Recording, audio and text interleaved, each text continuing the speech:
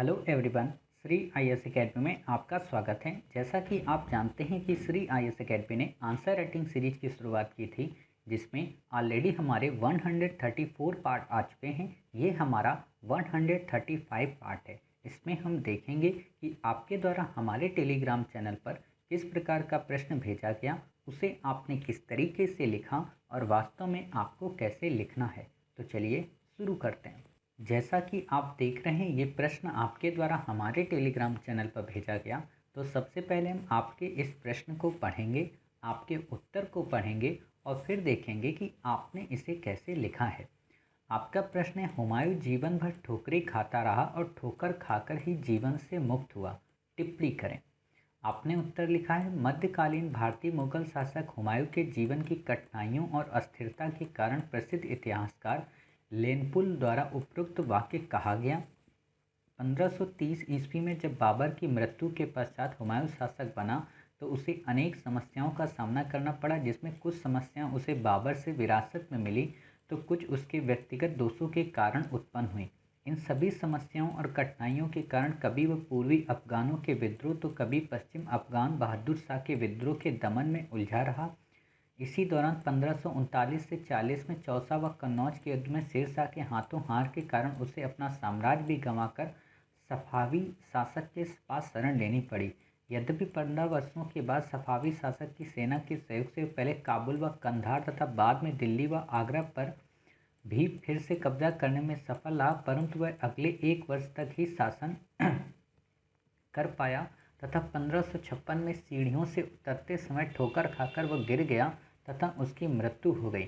इस प्रकार हुमायूं अपने संपूर्ण शासनकाल में साम्राज्यिक दुर्बलताओं और शत्रु शासकों की महत्वाकांक्षा के कारण अपने साम्राज्य को सुदृढ़ नहीं कर पाया तथा अस्थिर जीवन जीता रहा। देखिए, आपने उत्तर तो लिखा है लेकिन उतना आपने गहन विश्लेषण नहीं किया। और देखिए, एक बात मैं और आपको यहाँ समझाना चाहूँगा, हालांकि ऐसा मुझे नहीं कहना चाहिए क्योंकि हर एक व्यक्ति की अपनी अपनी एक आकांक्षा, अपनी अपनी महत्वाकांक्षा होती है।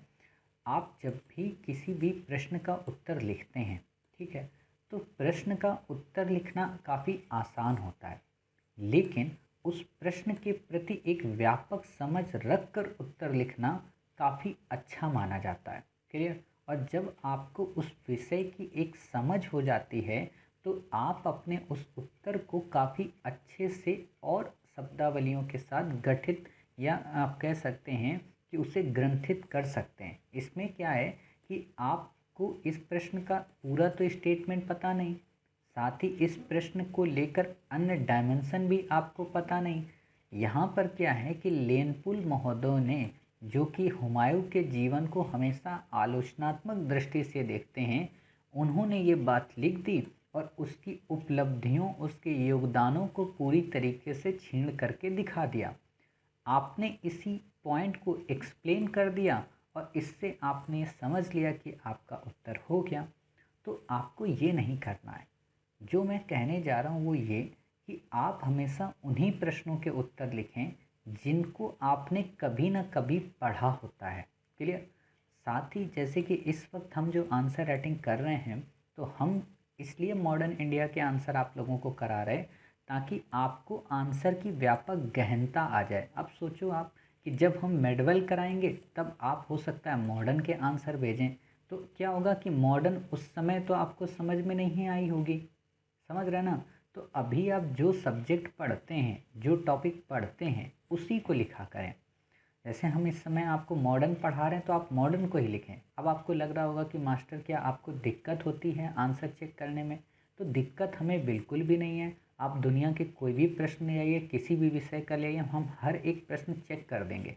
लेकिन चेक करने के बाद दिक्कत आपको होगी। क्यों? क्योंकि जब हम आपको हुमायूं के बारे में डिटेल में बताएंगे और आपने डिटेल में कहीं पढ़ा नहीं होगा तो आपको ये लगेगा कि आपको हुमायूं की इतनी कम जानकारी क्यों है, और आप अपने आप को हतोत्साहित फील करोगे। और वैसे भी हम आपके लिए अगले महीने से 1 अप्रैल से मेडवल इंडिया पढ़ाएंगे ही, तो वहाँ पर हम हुमायूं को काफ़ी डिटेल में पढ़ाएंगे। देखो, हुमायूं और ये जितनी पर्सनैलिटी है ना, इनको किसी एक किताब से या चंद लाइनों से आप नहीं समझ सकते हो।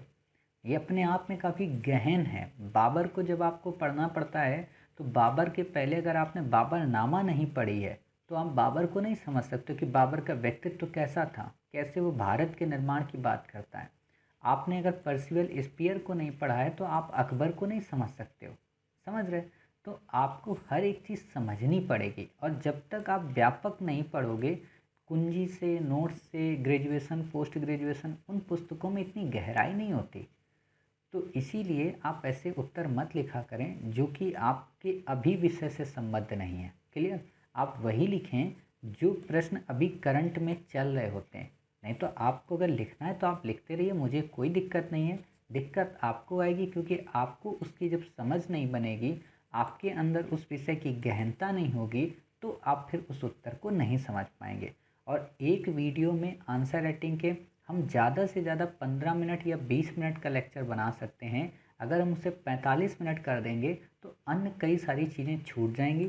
दूसरी बात, जब हम उस टॉपिक को ऑलरेडी पढ़ाएंगे ही, देखो पहले क्या होता था कि पहले हमने सोचा था हम आपको ऑप्शनल नहीं पढ़ाएंगे, हम सिर्फ क्वेश्चन आंसर के हिसाब से ही आपको सारी चीज़ें समझाएंगे।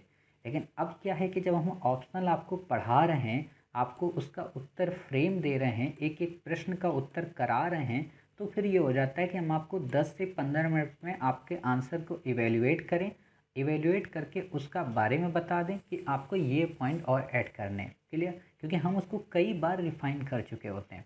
और वही प्रश्न के उत्तर को जब 10 लोग लिखते हैं तो 10 लोगों में हम 10-10 मिनट अलग अलग चीज़ें बताते हैं, तो 100 मिनट फिर उस प्रश्न में अपने आप ऑटोमेटिक लग जाते हैं। और सोचो, जिस प्रश्न के उत्तर को 100 मिनट हमने दे दिया, वो प्रश्न 20 मिनट या 10 मिनट के उत्तर से कितना ज़्यादा अच्छा होगा।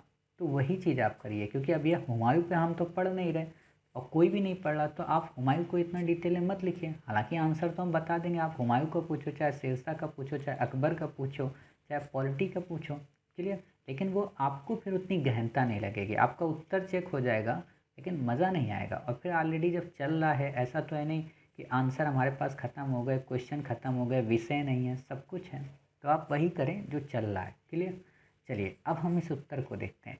वास्तव में ये स्टेटमेंट लेनपुल का है। अब जब आप लेनपुल के स्टेटमेंट को लिखते हो तो आपको इतना डिटेल लिखने की ज़रूरत नहीं है कि हुमायूं के जीवन की कठिनाइयों और अस्थिरता को लेकर लेनपुल ने लिखा।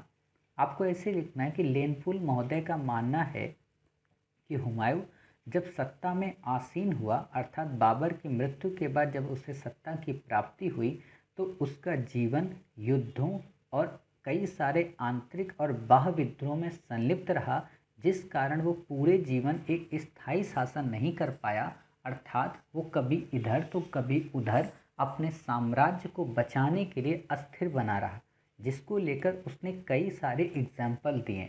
अब आप एग्जाम्पल में बता सकते हो कि उसके समय की कठिनाइयाँ कौन सी थी, तो आप ये बता सकते हो कैसे उसके समय उत्तराधिकार की कठिनाइयाँ थीं, कैसे उसके समय उसके सगे संबंधी उसको स्थिर होकर नहीं देखना चाह रहे थे, कैसे उस समय उसके भाइयों ने उसका असहयोग कर दिया। जब वो शेरशाह के खिलाफ मोर्चा बनाने का प्रयास कर रहा था तो उसके भाइयों ने उसका सहयोग ही नहीं दिया।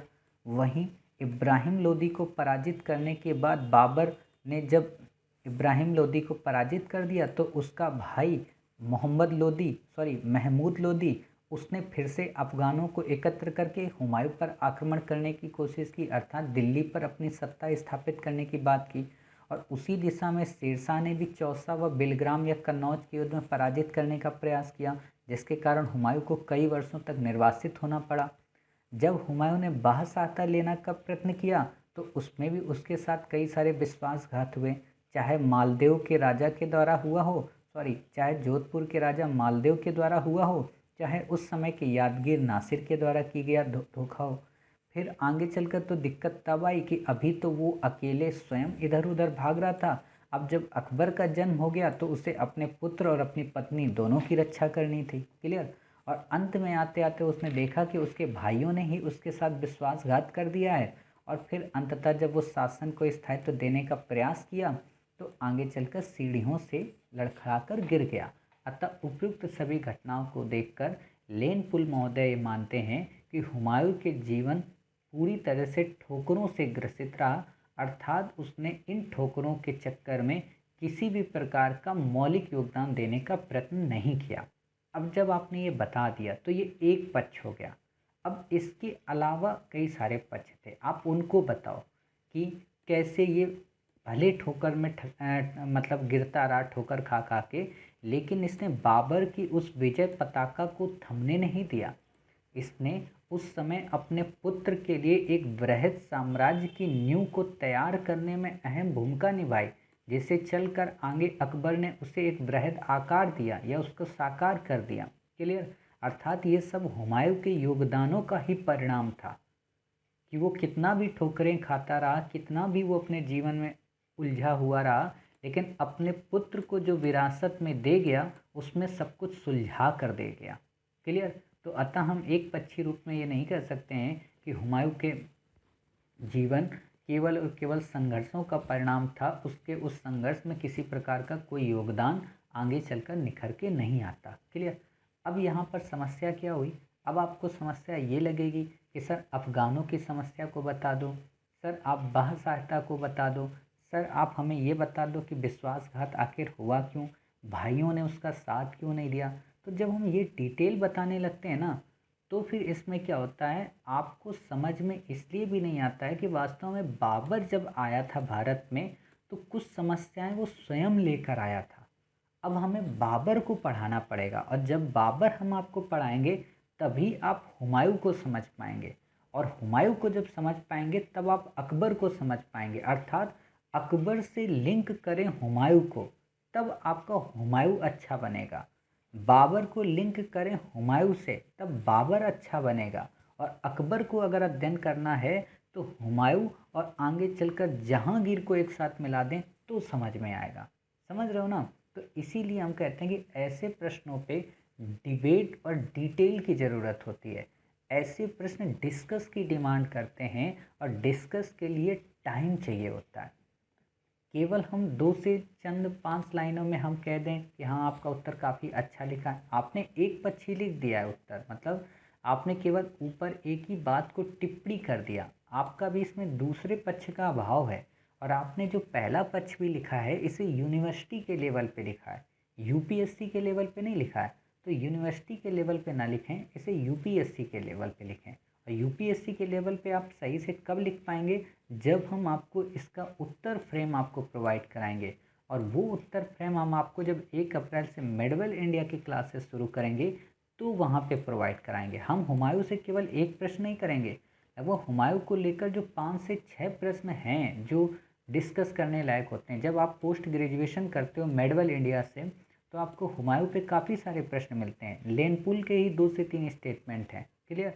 तो हम तब वहाँ पे डिस्कस करेंगे, और तब आपको ये लगेगा कि वास्तव में उस दिन आपने जो उत्तर लिखा था उसमें कितनी सारी कमियां थी। क्लियर? तो तब तक अपना ख्याल रखिए, आप इंतज़ार करेंगे आपके अगले प्रश्न का। मिलते हैं। क्लियर?